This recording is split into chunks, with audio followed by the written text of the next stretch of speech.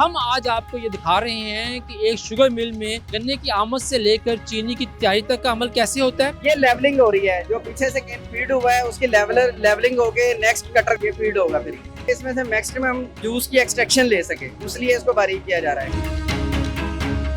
ये क्या चीज है? ये तो लग रहा है जैसे गन्ने का रो यहाँ पे आप बड़ी मुकदार में तैयार कर रहे हैं आप। ये जो जूस मिल से एक्सट्रैक्ट हुआ है, यहाँ पे उसकी स्क्रीनिंग होती है।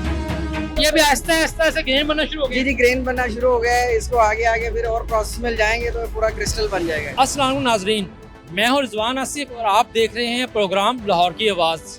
हम आज आपको ये दिखा रहे हैं कि एक शुगर मिल में गन्ने की आमद से लेकर चीनी की तैयारी तक का अमल कैसे होता है। वो मेरे सामने जो बिल्डिंग नज़र आ रही है आपको और वो जो बॉयलर्स नज़र आ रहे हैं, यहाँ पर चीनी की तैयारी के मुकम्मल मराहल तक का सफ़र जो है, इसका पहला मरहला आपके साथ हम आगाज़ कर रहे हैं। तो हमारे साथ रहिए और देखते रहिए लाहौर की आवाज़, ताकि आप जान सकें कि चीनी कैसे तैयार होती है। तो चलें आए चलते हैं।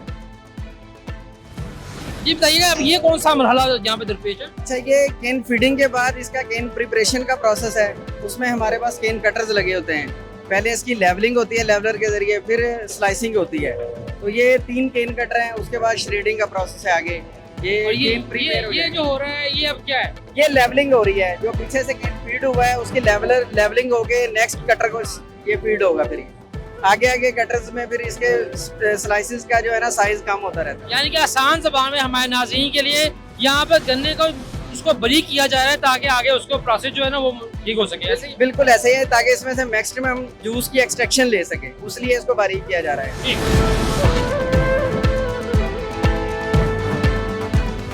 ये मिल हाउस है। मिलिंग का प्रोसेस होता है केन की प्रिपरेशन के बाद। जैसे केन है उसमें से हम 90-91% तक उसके सेल्स ओपन कर लेते हैं। फिर आगे इसमें से जूस एक्सट्रैक्शन का मिलिंग के थ्रू प्रोसेस हो रहा है। यहाँ पे फर्स्ट मिल है, second, third, fourth, fifth, six, 6 मिलें लगी हुई हैं। जुबैर साहब, ये क्या चीज़ है? ये तो लग रहा है जैसे गन्ने का रो यहाँ पे आप बड़ी मुकदार में तैयार कर रहे हैं आप। जी बिल्कुल, ये जो जूस मिल से एक्सट्रैक्ट हुआ है, यहाँ पे उसकी स्क्रीनिंग होती है। स्क्रीनिंग यहाँ पे कोई केमिकल का यूज नहीं है। बेसिकली ये जैसे हम आम जुबान में कहें, जैसे जूस को छानना, जैसे हम चाय को छानते हैं घर में, ये वही स्क्रीनिंग का प्रोसेस है। इसमें से जो बगास के पार्टिकल्स होते हैं ना, उसको सेपरेट किया जाता है ताकि प्योर जूस आगे शिफ्ट हो। यानी कि एक तरह से रो जो है उसको नीट एंड क्लीन करते हैं आप। बिल्कुल ऐसे रो को नीट एंड क्लीन कर रहे हैं। और ये जो सारी रो जो आप जूस निकाल रहे हैं, अब ये कहाँ जा रहा है? ये यहाँ से निकलने के बाद वापस प्रोसेस में जाएगा अब आगे। तो हमें दिखाइए ना कौन सा अगला प्रोसेस है। जी आगे प्रोसेस इसका जो है वो इवेपोरेशन का है, वो आपको दिखाते हैं आगे का। इस शुगर मिल के दौरान हमने जो एक चीज खास तौर पर नोट किया वो ये है कि यहाँ पर हिफाजती इक़दामात का बड़ा ख्याल रखा गया है। अब ये आप देख रहे हैं कि ये एक मशीन के आगे जाली लगाई हुई है, ताकि जो जूस निकल रहा है उसकी क्लीनिंग हो रही है। उससे अगर कोई ज़र्रात जो है वो हवा में बिखरते हैं तो यहाँ काम करने वालों को मुतासर ना करें। ये अच्छी बात है। और तमाम सनतकारों को अपनी अपनी फैक्ट्रियों में अपने जो वर्कर्स हैं उनकी हिफाजत के लिए ऐसे इक़दाम पर खास तवज्जो देनी चाहिए। अच्छा जुबैर साहब, ये हमें पानी जो है शामिल होता दिखाई दे रहा है, तो क्या यहाँ पर जो है ये पानी भी शामिल किया जा रहा है? क्या प्रोसेस है? ये पानी क्यों शामिल किया जा रहा है? ये जब जूस की एक्सट्रैक्शन हो जाती है मिलिंग से, उसके बाद लास्ट मिल या सेकंड लास्ट से पहले इस पे हम water apply, hot water apply करते हैं, ताकि इसमें अगर और मीठा जो रह गया, सिंपल जुबान में बोलते हैं, तो वो एक्सट्रैक्ट करना इजी हो जाता है। हॉट वाटर में वो डाइल्यूशन हो रही है ये वाटर की। तो ये पानी जो है आखिर तक इसके अंदर ही रहता है जूस में शामिल, या वाइब्रेट हो जाता है? नहीं, ये नेक्स्ट मिल पे जाके ये भी एक्सट्रैक्ट हो जाता है। ये जूस में ऐड हो जाता है। ऐड होने के बाद फिर प्रोसेस में इसकी इवेपोरेशन हो जाती है। चलिए आगे देखते हैं कि कैसे होती है। ये बॉयलर सेक्शन है। हमारे पास ये बॉयलर लगे होते हैं जो मिल हाउस से बगास प्रोड्यूस हुई है। बगास के जरिए यहाँ पे स्टीम प्रोड्यूस होती है। स्टीम से फिर हम अपनी पावर जनरेशन करते हैं। वो प्राइम ओवर टरबाइन। आप हमें कोई खोल के दिखा सकते हैं? जी जी बिल्कुल। ये यहाँ पे ये देखें आप, बगास की बर्निंग हो रही है। बगास बर्न इसलिए कर रहे हैं कि अंदर बॉयलर में स्टीम की प्रोडक्शन हो रही है। स्टीम प्रोड्यूस करके हम उसको टरबाइन सेक्शन में ले जाते हैं, वहाँ पे उसे पावर जनरेशन करते हैं, ताकि हम अपनी ही पावर से प्लांट को चलाएं। अच्छा, आप कितनी पावर प्रोड्यूस करते हैं? तो बगास का क्या फार्मूला होता है? जैसे हम तो घरेलू आम लोग जो है पर यूनिट का हिसाब होता है ना, बगास का क्या पावर जनरेशन का फार्मूला है? बेसिकली हम जो अपनी जनरेशन करते हैं ना पावर की, वो हमारे प्लांट की कैपेसिटी के हिसाब से है। डिफरेंट पाकिस्तान में डिफरेंट प्लांट है, उनकी अपनी अपनी कैपेसिटी है। हमारे पास जो है वो 12 मेगावाट की कैपेसिटी है। उससे हम अपनी जो ज़रूरत को पूरा कर लेते हैं।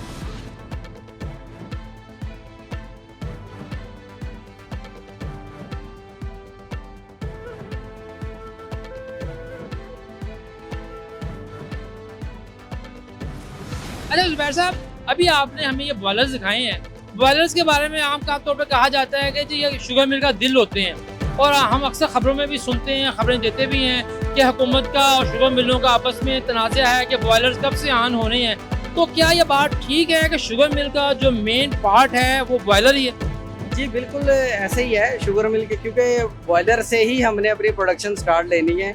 पावर जनरेट करेंगे तो प्लांट चला सकेंगे। बेसिकली ये दिल ही है बॉयलर।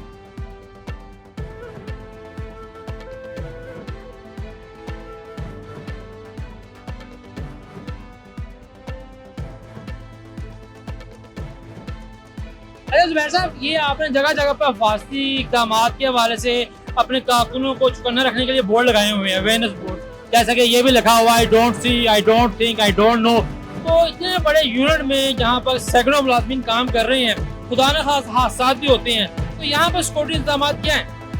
यहाँ पे हादसा का खदशा तो हर जगह पे मौजूद होता है। उससे बचने के लिए ये लोगों की अवेयरनेस के लिए लगाए हैं कि इस एरिया में क्या क्या खतरात हो सकते हैं। तो जो उसके प्रोटोकॉल के लिए चीज़ें दरकार होती हैं वो हम हमारी मिल ही इनको प्रोवाइड करती है।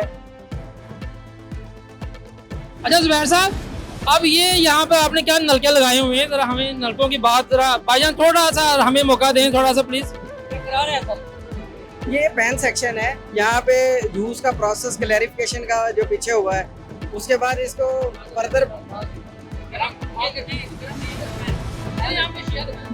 ये देखिए ग्रेन बन गया शुगर का। अच्छा, ये भी आहिस्ता आहिस्ता से ग्रेन बनना शुरू हो जी गया? जी ग्रेन बनना शुरू हो गया है। इसको आगे आगे फिर और प्रोसेस मिल जाएंगे तो पूरा क्रिस्टल बन जाएगा। यानी कि हम कह सकते हैं कि गाढ़ी चीनी जो है ना वो बननी शुरू हो गई है। जी बिल्कुल ऐसे ही है गाड़ी।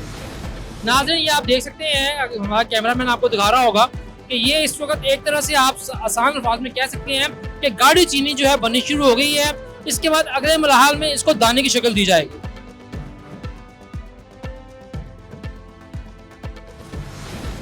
नाज़रीन, अब ये जो क्रिस्टलाइजेशन का एक और मरहला है, इसमें आप देख सकते हैं कि ये जो है बाकायदा से दाने दाने जो है चीनी के बनना शुरू हो गए हैं, लेकिन ये भी अभी मुकम्मल अमल जो है अमल मुकम्मल नहीं हुआ।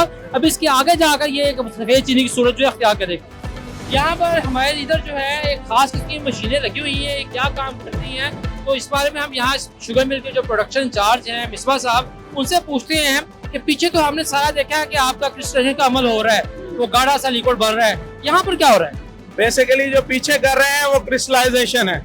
यहाँ पे हम सेपरेशन कर रहे हैं through centrifugal force. Centrifugal machines लगी हुई हैं, दो तरीके की होती हैं, बैच टाइप और कंटिन्यूस। ये बैच टाइप कंटिन्यूस है जो हमारी रिफाइन सेक्शन को रिफाइन करती हैं। यहाँ से हम जो है ना क्रिस्टलाइज अलैजा कर लेते हैं, जो मोलासेस है रिटर्न कर लेते हैं। तो वो जो हमारा आता है, आगे ड्रायर लगे होते हैं, नीचे हॉपर लगा हुआ है। ड्रायर में वो जो हम सेंट्रीफ्यूज से चीनी अलग करते हैं थ्रू वॉशिंग, वो गिरती है ड्रायर में, खुश्क होती है। यानी कि बेसिकली यहाँ पर आप जो चीनी के दाने हैं वो खुश्क कर रहे हैं? हाँ, उसको हम ड्राई कर रहे हैं।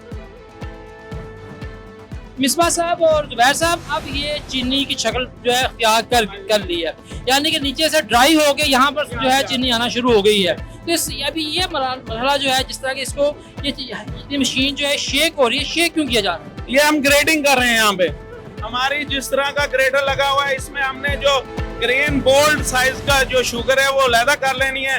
जो हमारी डस्ट है एज ए सीड हम रिटर्न कर लेते हैं, वो हम दोबारा यूज करके उसको बोल्ड करते हैं दाने को और दोबारा रिफिलिंग के लिए भेज देते हैं। यानी यहाँ पर चीनी जो बन के आ रही है उसकी दर्जाबंदी कर रहे हैं। दर्जाबंदी कर रहे हैं, ऐसे ही बिल्कुल सही कह रहे हैं जुबैर साहब। ये तो आप चीनी के साथ शक्कर बनाई जा रहे हैं यहाँ पर?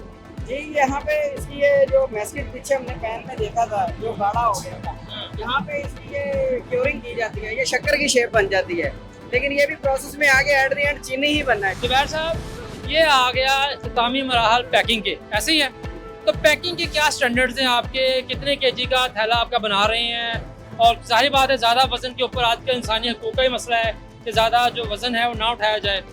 जी बिल्कुल, हमारे पास जो ये पैकिंग है ना 50 kg में हो रही है। तो यहाँ पे ऐसा नहीं है कि इसका वेट कम या ज़्यादा, ये ऑटोमेटेड सिस्टम है सारा। तो उसके तहत इसकी पैकिंग होती है, उसको काउंटर चेक किया जाता है। 50 kg की पैकिंग में हमारा पूरा वेट होता है।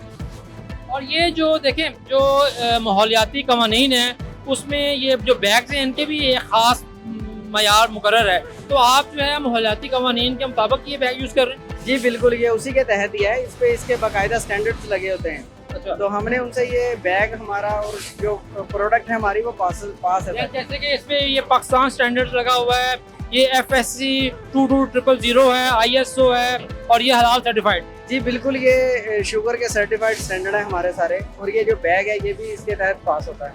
सही है। और ये आपके जो हैं वो इलेक्ट्रॉनिक जो हैं वो स्केल हैं जहाँ पर आप 50 kg। जी ये काउंटर चेक के लिए है। बेसिकली स्केलिंग इसकी वहीं पे हो जाती है, जिस वक्त पैक होती है ना, वहीं पे वेट इसका यहाँ से हम चेक कर ये कंप्यूटराइज, ये हर थैले का वजन बता रहा है, ये हर बैग का वेट है। अच्छा, यानी कि ये देखिए ना कि ये यानी कि यहाँ पर आपके दो लगे हुए हैं, आपके 3 4 और ये 2 इधर 2 उधर, तो ये 2 का जो है ये बता रहा है। जी बिल्कुल, 2 का इधर आ रहा है, बाकी नेक्स्ट पे आ रहा है, 1 by 1 सब पे आ रहे हैं। और यहाँ इस अमल में अगर कुछ थोड़ी चीनी कम हो जाती है तो उसको रीचेक यहाँ पे किया जाता है। जी उसको काउंटर चेक करने के लिए हम इसको दोबारा देखते रहते हैं, जहाँ से कमी पेशी आए उसको फिर पूरा कर देते हैं। आप लोग जो है बैग का वजन अलग करते हैं या? ये देखें आप, आपको यहाँ पे नजर भी आ रहा है, हमारी शुगर की पैकिंग 50 kg है। जो इससे ऊपर वेट जा रहा है ना, ये बैग का वेट ऐड किया हुआ है। हमारी 50 kg शुगर पूरी होती है। यानी कि आप चीनी के साथ बैग का वजन अलग कर रहे हैं? बिल्कुल, बैग का वजन अलग होता है। ये अच्छी बात है, अल्लाह ताला ने कहा नाप तोल पूरा रखें अपना। नाज़रीन, ये जो आप देख रहे हैं कि थैलों के ऊपर बहुत सारे लोग नंबरिंग कर रहे हैं और स्टिकर लगाए जा रहे हैं, तो इसका पस मंज़र ये है कि पिछले चंद सालों के दौरान ये बहुत प्रोपेगेंडा भी था, हकीकत भी थी इसमें कि चीनी जो है वो स्मगल की जा रही है अफ़गानिस्तान को, ईरान को और बाकी जगहों के ऊपर। कुछ कहा जा रहा था कि चीनी जो है प्रोडक्शन में जालसाजी की जा रही है, जिसके बाद वफाकी हुकूमत ने एक मेकनिज़म बनाया जिसके तहत FBR जो है उसका कस्टोडियन है, उसको FB भी चेक करती है, FIA भी चेक करती है, लेकिन मरकज़ी किरदार जो है वो FBR का है। बाबर साहब से दरियाफ्त करते हैं। तो बाबर साहब ये बताइएगा, ये जो थैलों के ऊपर नंबरिंग है ये क्यों है, और दूसरा ये स्टिकर जो लगाए जा रहे हैं ये आपको कहाँ से मिलते हैं और आप किस तरह से इसको आगे लेकर चश्मा करते हैं? जी सर, ये बेसिकली हमारे FBR के स्टैम्प्स हैं, जो FBR का एक अदारा है वो हमें प्रोवाइड करता है, और प्रॉपरली इसकी एक्टिवेशन रिपोजिशन है जो हम उनके सिस्टम में करते हैं। उसके बाद ये बैगों के ऊपर चश्मा करते हैं, और इनका बाकायदा एक स्कैनर लगा हुआ है बैगिंग हाउस में जो प्रॉपर इसकी स्कैनिंग करता है कि इसके ऊपर लग रहा है या नहीं लग रहा है। ठीक है, उसके बाद इनकी FBR की टीम भी है जो इसको प्रॉपरली चेक कर रही है कि इसके ऊपर लग रहे हैं नहीं लग रहे हैं। तो ये हमारा प्रोसेस है जो हम इसके ऊपर लगा रहे हैं। ये बताइएगा कि आम तौर पर हमारे यहाँ माशरे में जालसाजी का बड़ा रुझान है, तो हर शोबे में अच्छे बुरे लोग भी होते हैं, शुगर मिलें जो हैं वो दर्जनों की तादाद में हैं।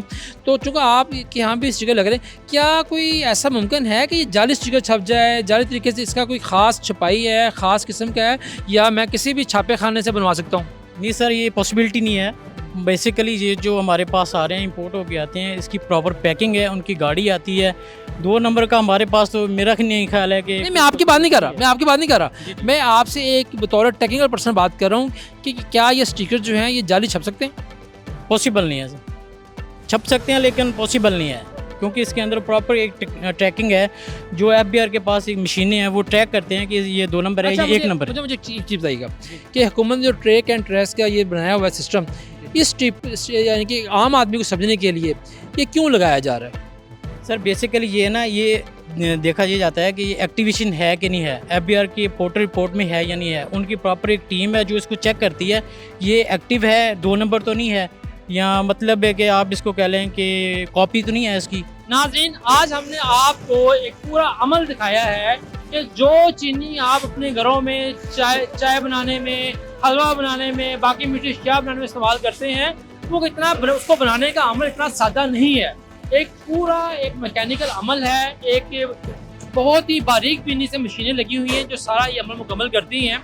गन्ना आने से लेकर ये आखिरी मराहल जो कि चीनी पैक करने के हैं, ये थैले जो है आपके बाज़ारों में जाते हैं और आपके पास जाते हैं। लिहाजा ये समझाना कि चीनी जो है शुगर मिलों में बहुत आसानी से बन जाती है, जैसा कि किसी गन्ने के खेत से गन्ना निकाला, उसकी रो निकाली और उसको कढ़ाई में डाल के उसकी शक्कर या उसका गुड़ बना लिया, ऐसा अमल नहीं है। चीनी बनाना एक पेचीदा, साइंसी और कीमियाई अमल है।